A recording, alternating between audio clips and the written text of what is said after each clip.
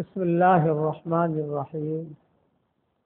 الحمد لله نحمده ونستعينه ونستغفره ونؤمن به ونتوكل عليه ونعوذ بالله من شرور أنفسنا ومن سيئات أعمالنا ونعوذ بالله من شرور أنفسنا ومن سيئات أعمالنا من يهده الله فلا مضل له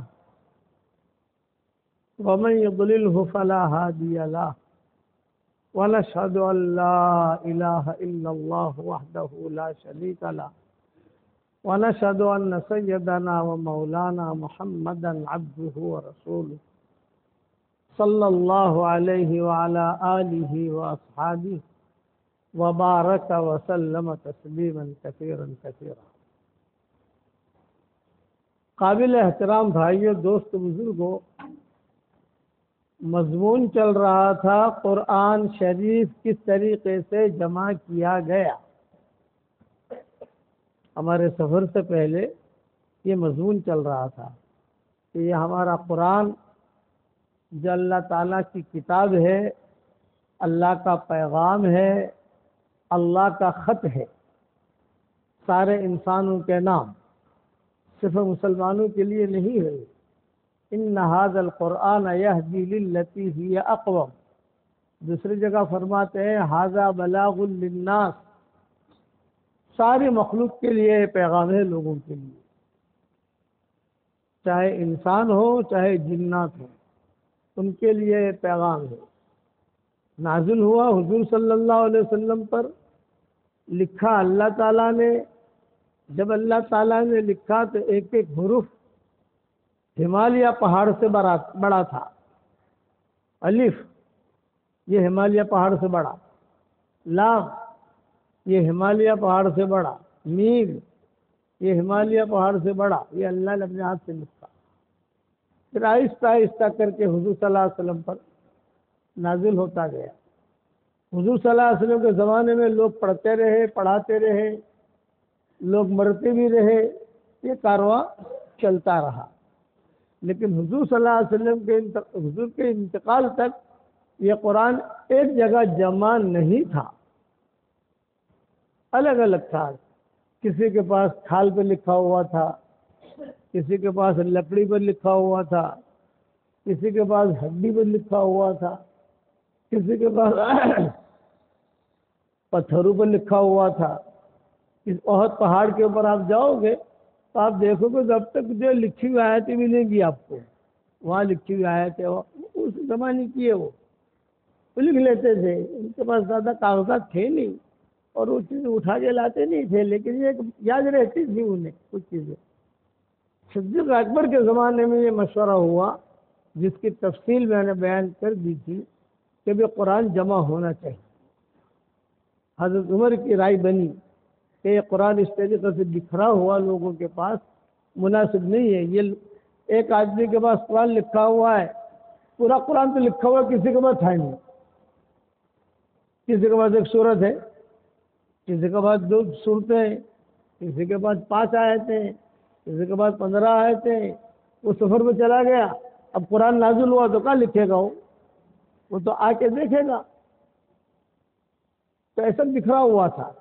حضرت عمر نے کہا کہ نہیں، یہ قرآن مجموعی طور سے ہمارے مسلمانوں کے پاس سب کے مشورے سے، ابھی ہم سب موجود ہیں، اس وقت حافظ سب تھے، یا سب کو تھا، یہ قرآن جمع ہونا چاہیے. اور ایسا جمع ہونا چاہیے کہ سب کے دستخط ہوں، سب کے مہر ہوں، پھر اس قرآن کو دنیا میں پھیلو. جہاں جائے لوگ پڑھیں، یہ کریں وہ کریں. یہ ترتیب سوچی گئی. لیکن چونکہ حضرت ابوبکر نے اس کی رائے یہ تھی کہ حضور صلی اللہ علیہ وسلم کے زمانے میں جب جمع نہیں ہوا تو میں جمع کیوں کروں.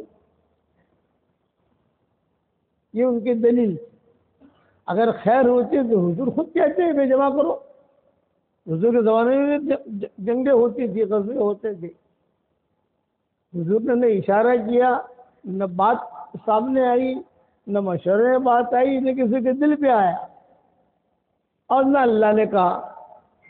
تو اللہ بھی تو کہتے ہیں نا، دیکھو تم لوگ مرو گے، جمع کرو اس کو. کچھ بھی نہیں. کارواں چلتا گیا تو میں کیوں کروں. لیکن حضرت عمر اس مہم میں آگے آگے رہے. نہیں حضرت، اتفاق ایسا ہوا کہ حضرت عمر نے کہا کہ امیر المومنین اب غزوے جنگیں یہ شروع ہو رہی ہے، آپ مدینہ والوں پر بھروسہ نہ کریں کہ مدینہ کے مردوں کو اور عورتوں کو قرآن یاد ہے. ارے مدینہ میں مرد عورتیں کتنی، 1000 2000 5000، یہ لوگ بھی تو مریں گے نا. یہ حضرت عمر کہتے تھے یہ سب مریں گے تو قرآن کہاں جائے گا. تو کتنوں کو یاد کرائیں گے. عام طور سے آگے والی چیز کم ہو جاتی ہے. میں جو بات آپ کو سمجھا رہا ہوں یہ میری بات آگے والا جو سمجھائے گا میری طرح نہیں سمجھا سکے گا آپ کو. تو کچھ کمی بیشی کر کے سمجھائے گا. وہ آگے والا جو سمجھائے گا وہ اس کی طرح نہیں، وہ کمی بیشی کر کے سمجھائے گا. یہ دستور ہے دنیا کا. یہ باتیں چل رہی تھی کہ حضرت حفصہ، حضرت میمونہ، حضرت عائشہ، ان سب کو ڈالا گیا کہ بھی سمجھاؤ حضرت عمر کو، ابو بکر کو کہ یہ معاملہ اپنی حیاتی میں ہونا چاہیے. یہ کہ بہت بڑی پراپرٹی ہوتی ہے تو کہتے ہیں اپنی حیاتی کے اندر اس کا نکال کرو بھائی، تو تمہارے مرنے کے بعد خالی لڑائی ہوگی اور کچھ ہوگا نہیں. پانی جاتا ان سب کو ڈالا گیا. اچھا حضرت ابو بکر کا زمانہ بہت مختصر رہا ہے، حضرت عمر کا زمانہ بہت لمبا رہا ہے.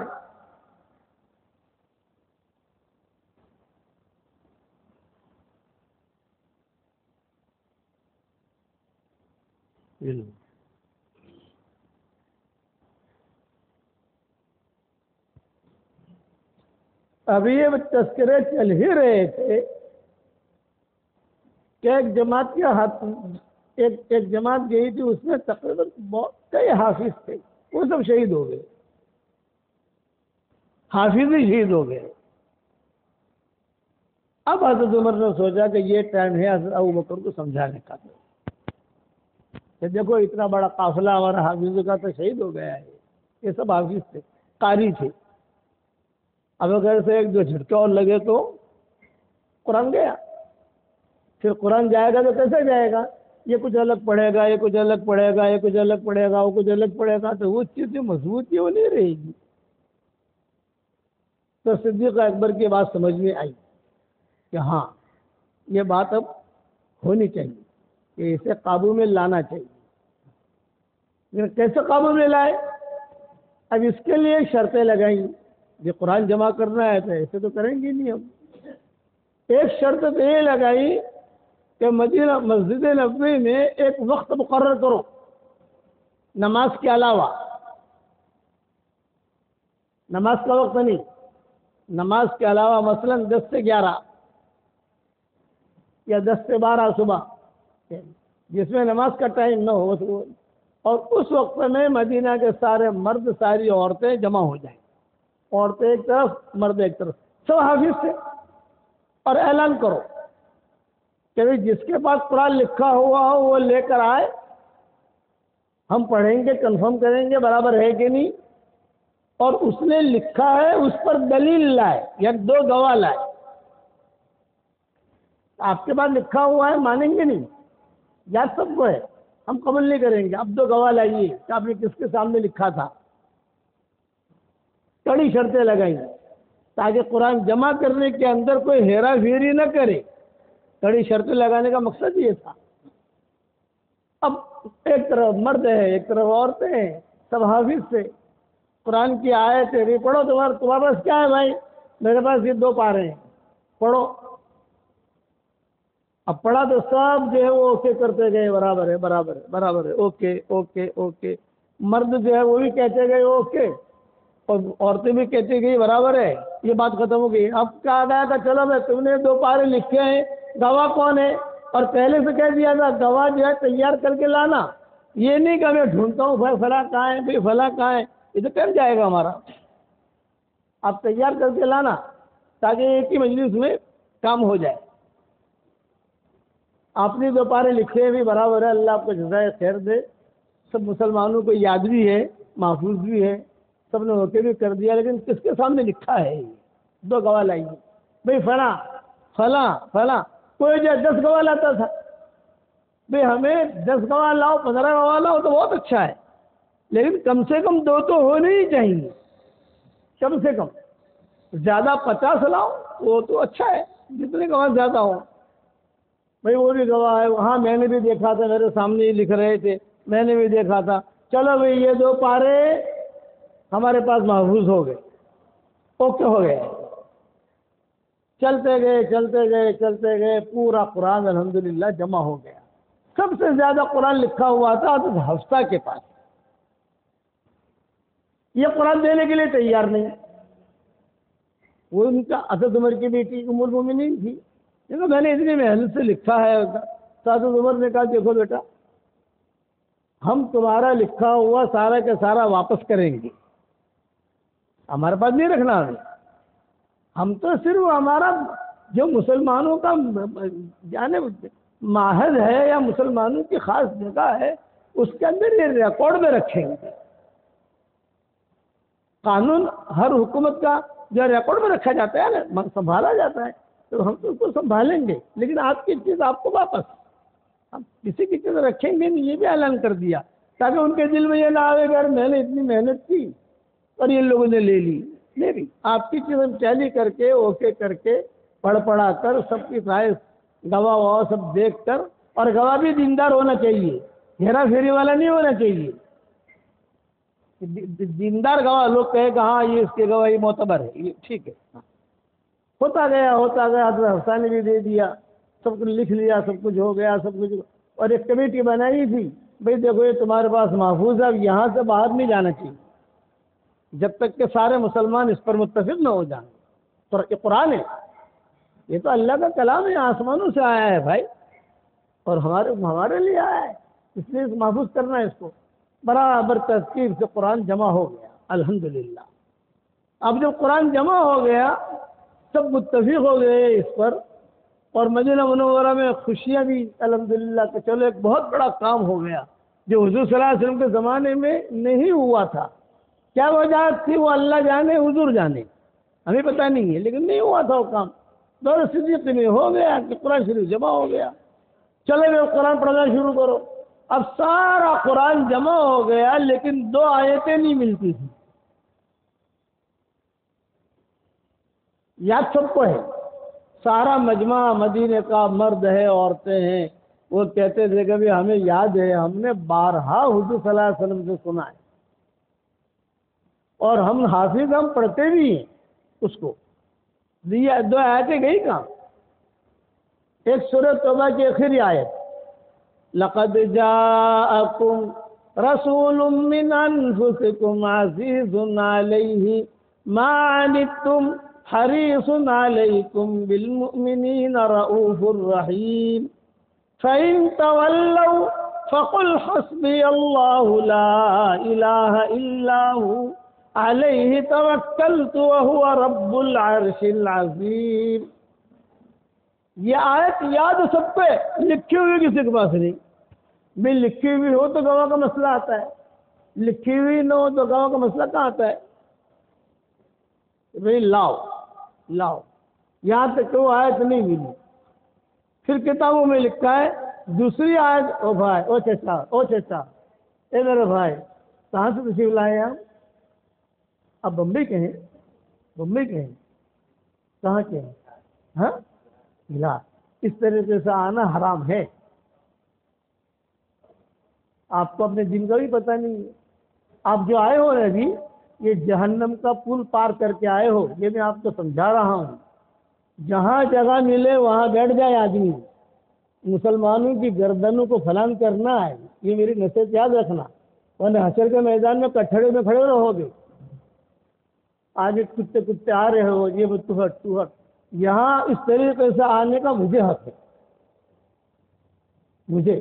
کیونکہ سارا مجمع مجھے پہچانتا ہے، کبھی ہمارے مسجد کے امام صاحب ہیں، اور مجھے حق ہے۔ دوسرا بانگی صاحب کو حق ہے، ان کو نماز اذان دینی ہے۔ تیسرا امام کو حق ہے۔ چوتھا کوئی بڑا تاجر ہے جو سخی ہے، لوگ اس کی عزت کرتے ہیں کہ بھی یہ ماشاءاللہ، یا کوئی بڑے عالم ہیں کہ جن کی لوگ حضرت آئے، اب حضرت آگے آ جائے، ان کی اجازت، عام لوگوں کو اجازت نہیں ہے، یہ مسئلہ یاد رکھو۔ حشر کے میدان میں کچڑے میں پل پر اللہ جہنم کے پل پر بھیجے گا. نہیں کیوں؟ جمعہ کے دن تم لوگوں کی گردنیں پھلانتے ہوئے آئے تھے.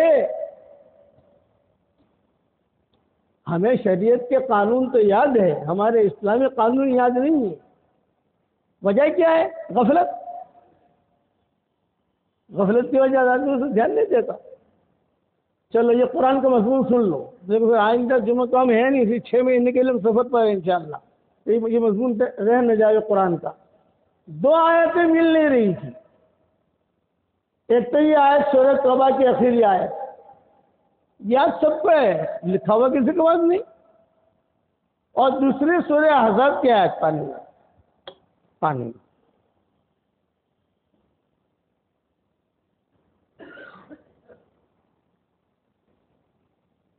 من المؤمنین رجال صدقوا ما عاهدوا الله علیہ فمنهم من قضى نحبه ومنهم من ينتظر وما بدلوا تبدیلا.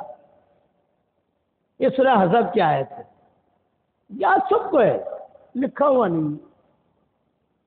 اب کیا کریں؟ پھر کیا کریں؟ ابھی نہیں مل رہا تو کسی نے کہ ایک کام کرو، قرآن سے نکال دو.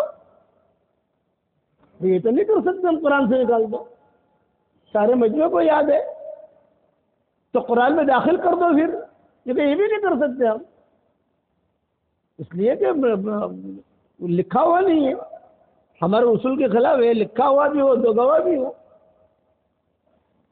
تو اس وقت میں گھوڑے دوڑائے دیہاتوں میں، مکہ، مدینہ، کوفہ، بصرہ، پھر یہاں مصر، پھر سوڈان، جہاں جہاں اسلام پہنچا ہوا تھا، جہاں بھائی جاؤ کسی کے پاس لکھا ہوا ہو، کسی کے پاس لکھا ہوا ہو. تو گھوڑے بھی جو گئے تھے وہ سارے کے سارے واپس آ گئے. 6 مہینے کے بعد آیا، کوئی 7 مہینے کے بعد آیا. عربی آیت ملی، وہ 2 آیتیں ملی، نہیں ملی. ارے کیا کریں پھر اس کا؟ اب حضور تو ہے نہیں، کیا آسمان سے وہی آتی؟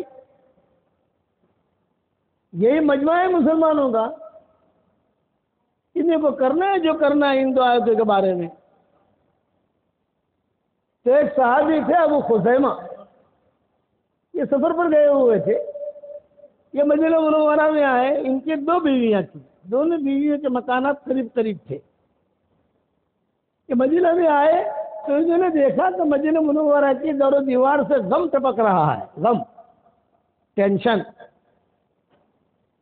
یہ سیدھے اپنے گھر پر آئے. کتابوں میں لکھا ہے کہ 20 دونوں بیویوں کے درمیان میں اپنی اٹھنی یا اپنا گھوڑا یا اپنا گدھا کھڑا رکھا اور یہ کہا کہ مدینہ منورہ میں کوئی حالات ہیں؟ تو دونوں بیویوں نے کہا ہاں زبردست حالات ہیں. کیا ہوا؟ کیا ملک غسان حملہ کر رہا ہے؟ ملک غسان اس زمانے میں ایک بادشاہ تھا جس کا ظلم مشہور تھا. ملک غسان نام تھا اس کا ظلم مشہور تھا کہ اور وہ آنے والا تھا. یہ مشورے چل رہے تھے، یہ چرچے چل رہے تھے. کبھی سنا غسان نہیں آ جاوے، وہ غسان نہیں آ جاوے، غسان نہیں آ جاوے. تو انہوں نے کہا کیا ملک غسان نے حملہ کیا؟ ملک غسان نے حملہ نہیں کیا. یہ کیا کس بات کا غم ہے؟ ٹینشن کس بات کا؟ تو انہوں نے کہا، دونوں بیویوں نے کہا سارا قرآن جو ہے جمع کر دیا گیا ہے اور مسلمانوں کا ریکارڈ میں محفوظ ہے، لیکن 2 آیتیں مل نہیں رہی ہیں. تو کون سے آیتیں نہیں مل رہی ہیں؟ حافظیں بھی تھے، بیویاں بھی حافظ تھی. تو ان دونوں نے یہ دونوں آیتیں پڑھ کے سنائی. انہیں بہت میرے پاس لکھی ہوئی ہے، ایک بیوی کے پاس ایک آیت، ایک بیوی کے پاس ایک آیت. ارے وہ اٹیچی کھول، چمڑا نکالا، لا اور تمہیں کھولو اٹیچی، وہ نیچے ایسا سمجھایا، وہ کھول. وہاں سے جو ہے لکڑی کا ٹکڑا نکالا، یہ لکھی ہوئی ہے. ارے لکھی ہوئی ہے کہ جلدی جاؤ. آج جو سفر سے آتا ہے تو پہلے اپنی بیوی بچوں سے ملتا ہے، پھر جو لیکن تم جاؤ جلدی سے، سارے مسلمان پریشان ہیں، مسجد نبوی میں جاؤ اور امیر المومنین سے ملو. خیر انہوں نے دونوں آیتیں لی. ابو خزیمہ تھے، بڑے اچھے بھلے آدمی تھے، واحد صحابی ہے جنہوں نے حضور کے پیشانی پر سجدہ کیا ہے. مسجد نبوی میں آئے اور آ کر کہا کہ حضرت میں نے خواب دیکھا ہے. آپ نے فرمایا کیا خواب دیکھا ہے؟ یہ کہا میں نے یہ خواب دیکھا کہ آپ کی پیشانی پر سجدہ کر رہا ہوں۔ حضور نے فرمایا بہت اچھا، حضور لیٹ گئے اور انہوں نے حضور کی پیشانی پہ سجدہ کیا۔ تو سجدہ تو آدمی جو ہے کرتا ہے نا، لکڑی پر بھی کرتا ہے، ہوائی جہاز میں بھی کرتا ہے، یہ مسجد میں بھی کرتا ہے، اپنے گھر میں بھی کرتا ہے، لیکن ان کو جگہ کون سی ملی؟ حضور کی پیشانی جو عرش سے بھی افضل ہے۔ یہ ان کی خوبی تھی۔ یہ قرآن کے واسطے میں یہی ہے وہ خزیمہ کی بات جو آخر میں مہر لگی۔ بعض لوگوں کے اندر کی خوبیاں ہوتی ہیں، ان خوبیوں کی وجہ سے اللہ انہیں چھانٹ لیتا ہے۔ ارے یہ تو میرے پاس لکھی ہوئی ہے، تو نکال تو نکال تو نکال۔ وہ نکال کر دونوں آئے تھے جو ہے وہ حضرت ابوبکر کے سامنے رکھ لی۔ جب ابوبکر کے سامنے رکھی تو حضرت ابوبکر نے کہا ماشاء اللہ۔ اچانک کا خیر، یہ سارا مجمع پریشان تھا، اچانک کا خیر، الصلاۃ جامعہ، الصلاۃ جامعہ، الصلاۃ جامعہ۔ اس زمانے میں نماز کے وقت کے علاوہ اگر کسی کو مسجد میں بلانا ہو یہ اعلان کرتے تھے، الصلاۃ جامعہ، الصلاۃ جامعہ، ابھی آ جاؤ آ جاؤ آ جاؤ، مطلب کوئی اہم مسئلہ آ گیا ہے اس لیے بلا رہے ہیں۔ اب سب جمع ہو گئے، حضرت عمر بھی آ گئے، سارے کے سارے لوگ آ گئے۔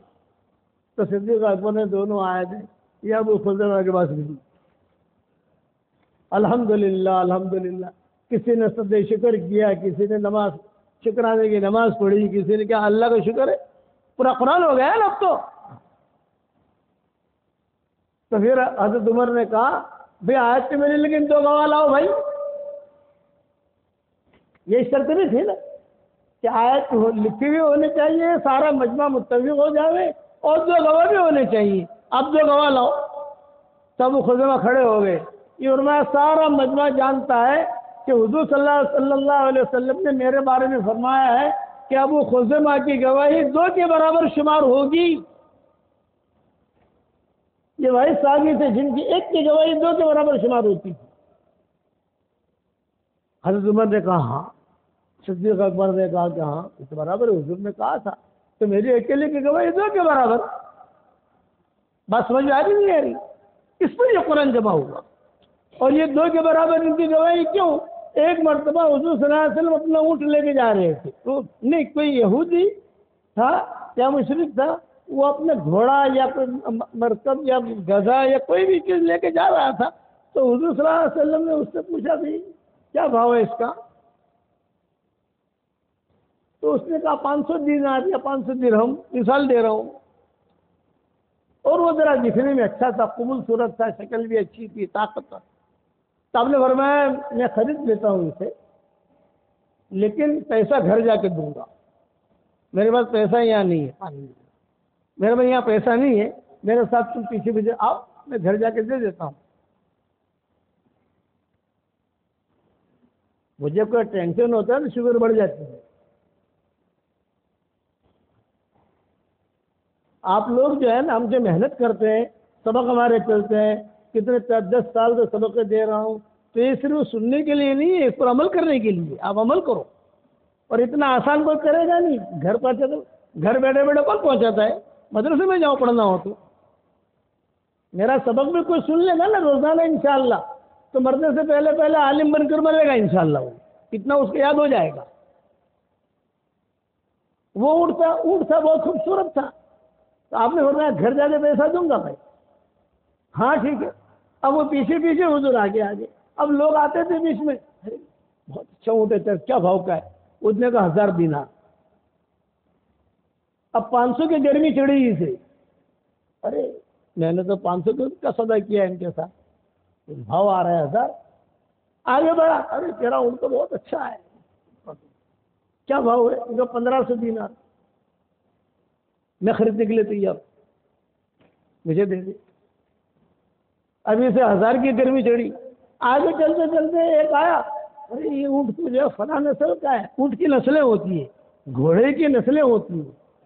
یہ عرب شہزادے جو ہوتے ہیں، سب سے پہلے ان کو گھوڑوں کی نسلیں پڑھائی جاتی ہیں۔ یہ گھوڑا یہ نسل کا ہے، گھوڑا یہ نسل کا ہے، گھوڑا یہ نسل کا، ان کی نسلیں ہوتی ہیں۔ ارے یہ تو فلاں نسل کا ہے، کیا بھاؤ ہے؟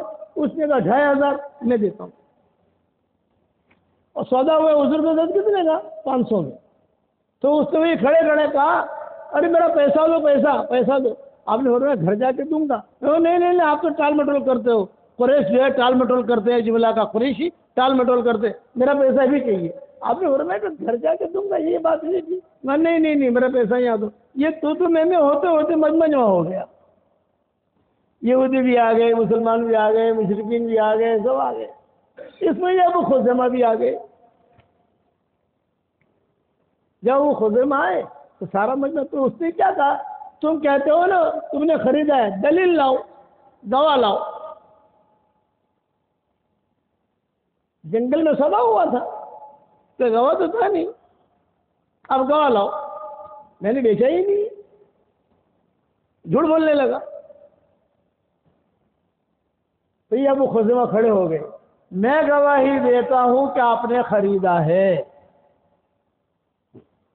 تو حضور نے فرمایا تم تو تھے نہیں، کیسے گواہی دیتے ہو آپ؟ بھئی ہمارا جب سودا ہوا تو تم تو تھے نہیں، تو تم تو گواہی کیسے دیتے ہو؟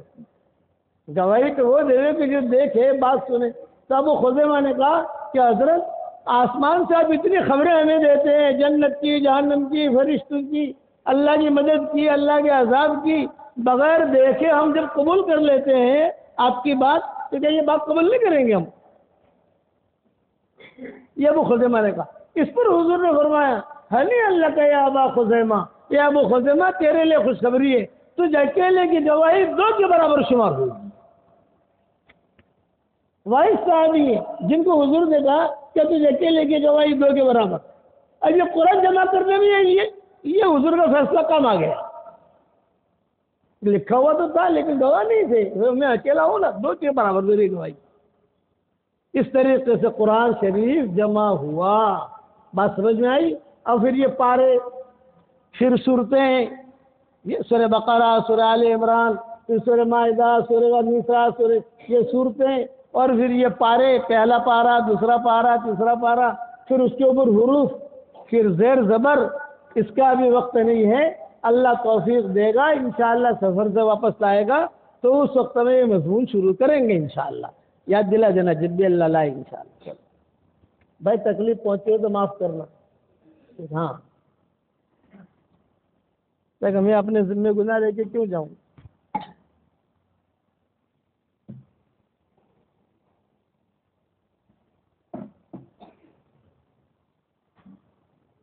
ایک بات یاد رکھنا، حق اور سچ سچ ہے، چاہے دنیا اس پر عمل نہ کرے. حق حق ہے چاہے دنیا اس پر عمل نہ کرے، سچ سچ ہے چاہے دنیا اس پر عمل نہ کرے، باطل باطل ہے، جھوٹ جھوٹ ہے چاہے ساری دنیا عمل کرتی ہو. حق تو ہمیشہ حق رہے گا. یہ جو میں نے کہا یہ تو میرے بھائی کو میں ان کو نماز کے بعد ہدیہ بھی دوں گا انشاءاللہ. میں نے حق بات کہی، حق حق ہے چاہے ساری دنیا عمل نہ کرے اس پر. اس لیے ہمیں حق پر چلنا ہے، ہیرا پھیری کے ساتھ زندگی نہیں گزارنی.